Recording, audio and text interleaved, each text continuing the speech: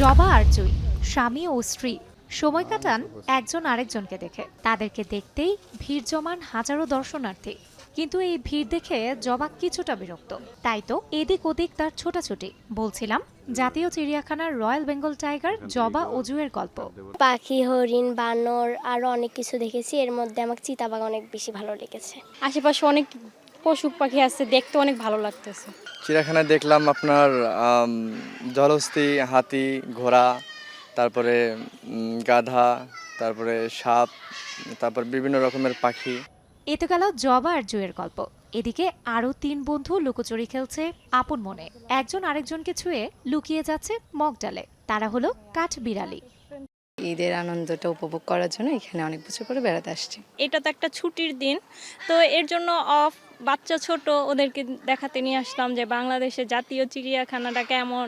এদিকে বক পাখিগুলো কি যেন বলতে চায়। সে কথা শুনতে প্রতিদিনই কান পেতে থাকে হাজারো দর্শনার্থী। কিন্তু আদৌ কি শুনতে পান তাদের কথা? নতুন কাপড় চোপড় পরে ঘুরলাম, চিড়িয়াখানায় ঘুরতে আসলাম। বা এখন তো বাঘ দেখি না, পাখি টাখি এগুলা দেখছি। আগের ঈদে গ্রামে ছিলাম, এবার ঈদে ঢাকায় পরিবারের সাথে খুব ভালো লাগছে। চিড়িয়াখানার সিংহটা একটু জিরিয়ে নিচ্ছে, আর এর ফাঁকেই সুযোগ বুঝে তার পাশে থাকা মাংসের টুকরোটা চুরি করে খেয়ে নিচ্ছে আরেকজন। আর এইসব মজার দৃশ্য দাঁড়িয়ে দেখছেন দর্শনার্থীরা।